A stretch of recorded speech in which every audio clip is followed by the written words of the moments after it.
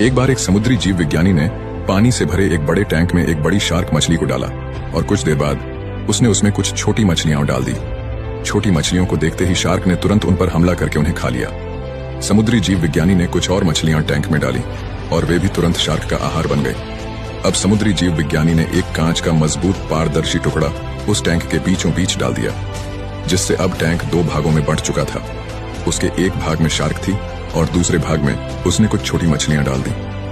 अब जैसे ही शार्क ने उन मछलियों को देखा तो वो उन्हें खाने के लिए उनकी तरफ बढ़ी, लेकिन वो कांच से जाके टकरा गई। उसने फिर से कोशिश की, लेकिन कांच के टुकड़े के कारण वो छोटी मछलियों तक नहीं पहुंच सकी। शार्क ने दर्जनों बार पूरी आक्रामकता के साथ मछलियों पर हमला करने की कोशिश की, लेकिन बीच में कांच का टुकड़ा आ जाने के कारण वो हर बार असफल रही।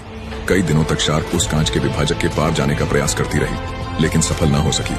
अंततः थक हार कर उसने एक दिन हमला करना ही छोड़ दिया और टैंक के अपने भाग में रहने लगी।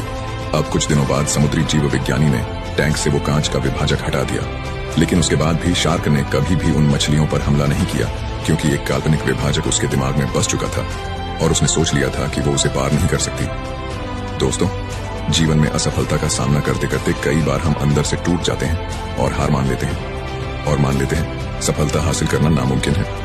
लेकिन सफलता प्राप्ति के लिए अनवरत प्रयास आवश्यक है। इसलिए अतीत की असफलता को दिमाग पर हावी न होने दें।